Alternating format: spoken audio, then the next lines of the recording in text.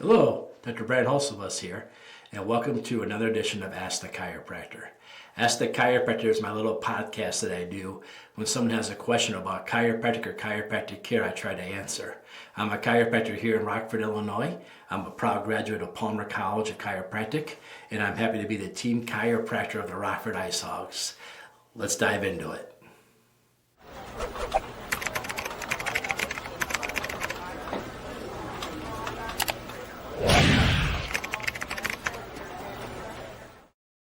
Well, last week you joined us and we talked a lot about headaches, and I said one way of getting headaches is text neck or desk posture. I want to talk a little bit about what text neck is and desk posture as an issue, because we've been helping desk workers find lasting posture correction in Rockford, Illinois for a long time. Let's talk a little bit about what happens. You see, when I sit down, my shoulders roll forward and my head comes out and my neck loses its posture.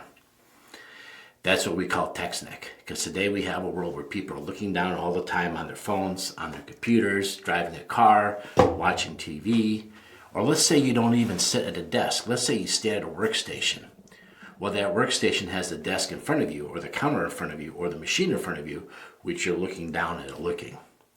Now, when you're doing these things, what you're doing is you're rolling your shoulders forward, and as your shoulders roll forward in the seated position, or standing behind a desk in a sitting position, even a standing desk with a computer, you still got your shoulders forward to hit the keyboard and the mouse. As we roll those shoulders forward, we start to develop a weird posture, an odd normal posture that we're designed to be.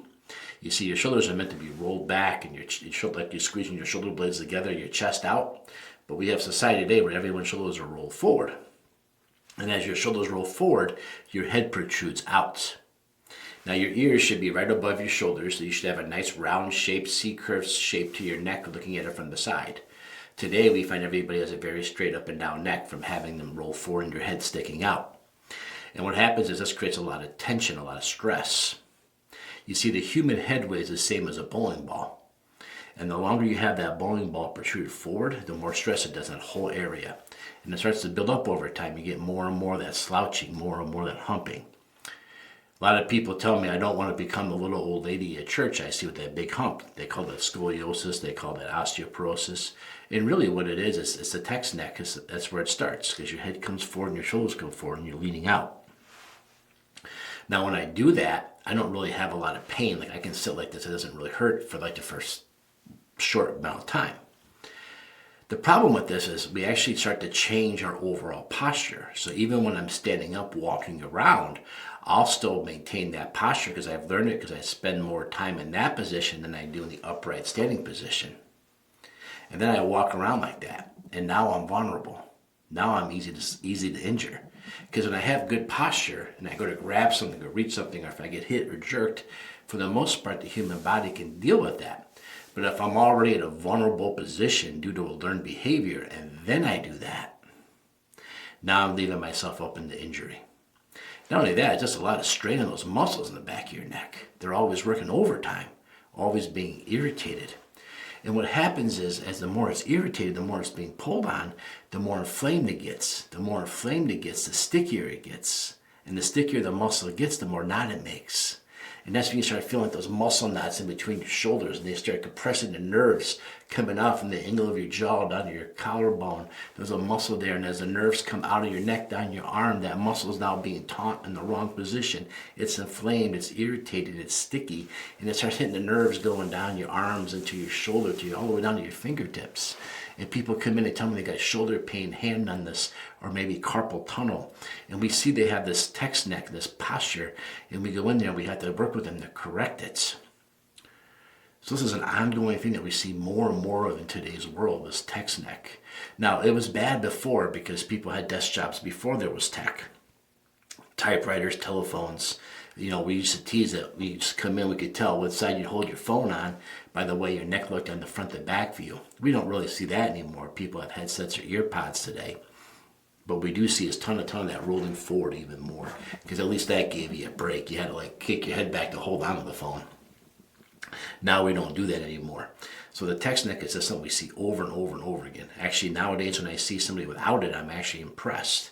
That's become the abnormal, but the text neck is becoming the normal, unfortunately.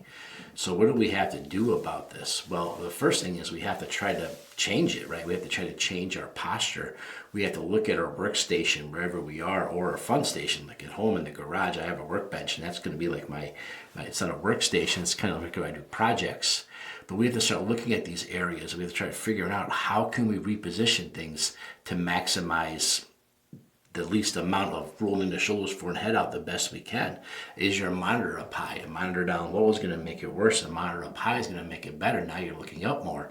That's going to make it a lot better. Having the keyboard right in front of you so you can pull your shoulders back rather than out in front of you where you have to reach more and get more rolling. Maybe reevaluate your mouse situation. Where is your mouse located? Are you twisting this and that? And maybe it's not even a mouse. Maybe it's just other tools or implements. Is a standing desk better than a sitting desk? Absolutely, because you're more likely to push away and do some more stretches than you could if you were sitting. So it's just changing all these alone going to fix it? No, a chiropractic adjustment has to step in. So when you go to the chiropractor, they should x-ray you front to back and side to side, at least of your cervical spine, if not of your thoracic spine as well. Then we should see these posture issues and see how bad your posture is and how bad your misalignments are. The chiropractor will then go in there and make some chiropractic adjustments to loosen up the vertebrae, so that way you're more musculature open to these changes.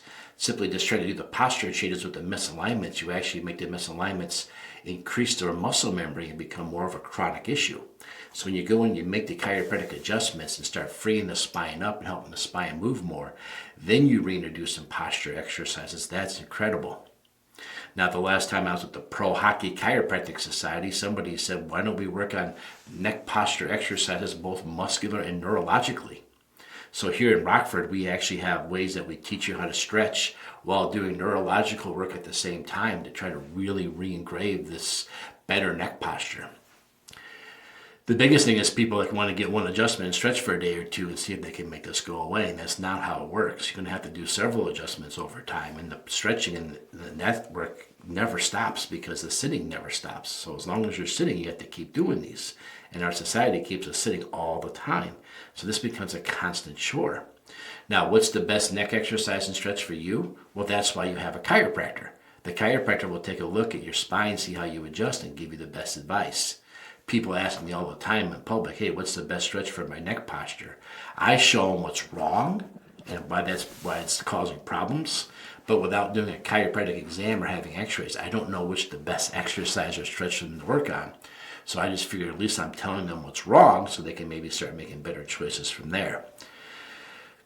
I'm a doctor that's very realistic. I know this texting and this computers and stuff aren't going away, so we have to continue to try to adopt and change different ways of doing things in order to counterbalance the negative. If you're going to eat bad foods, you're going to have to eat better diet the rest of the week to make up the difference. If you're going to eat bad foods, you might have to exercise more to flush your system. If you're going to eat bad foods, you might have to take more supplements to flush your system out. If you're going to spend hours in front of a computer, you're going to have to do more neurological and musculoskeletal stretching and chiropractic adjustments to balance the bad off.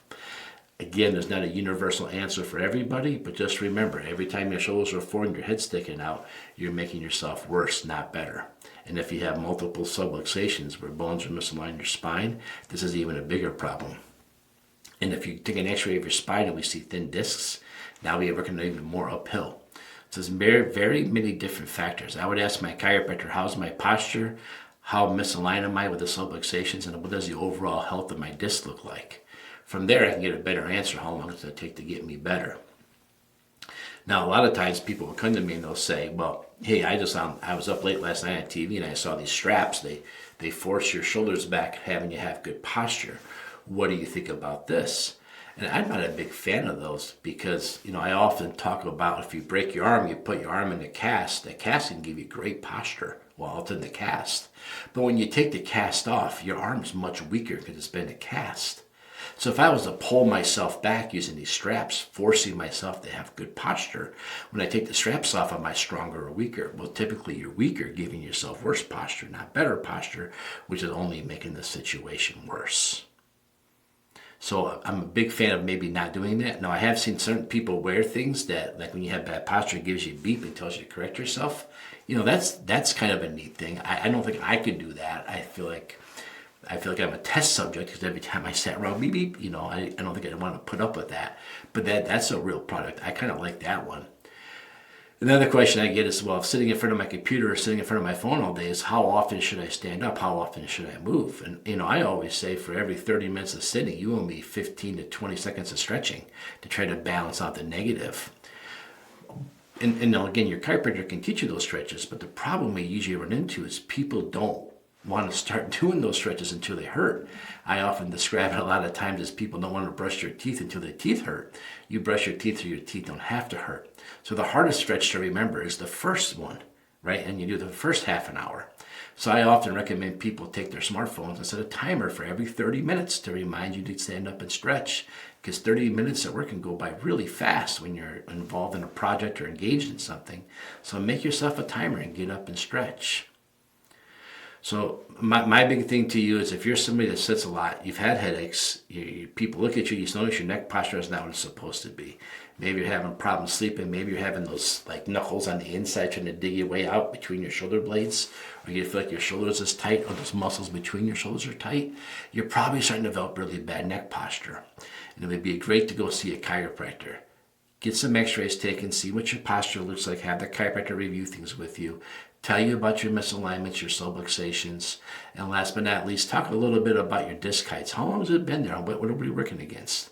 The chiropractor should be able to give you a few chiropractic adjustments and then start teaching you homework to do on your own, stretches and exercises. Now, the chiropractic care doesn't stop when they teach you the exercise and stretches, but the first step is we have to loosen you up with the adjustments, teach you some stretches, kind of keep an eye on you, maybe decrease the frequency of how often we see you, but have you do those stretches while you're getting adjusted still. And last but not least, then introduce some posture exercises to reinforce your posture, and then probably the frequency of visits would decrease again. That's how we do it here in Rockford. Hey, if you have any questions for me, go and leave a comment after wherever you're watching or listening to this, and maybe next week you'll be the question of the week. So we talked about headaches and we talked about text necking. What's another thing that people wake up with stiff necks with is their sleeping position. So why don't we come back next week and talk a little bit more about sleeping and sleeping positions and kind of how that works. Hey, thanks for tuning in.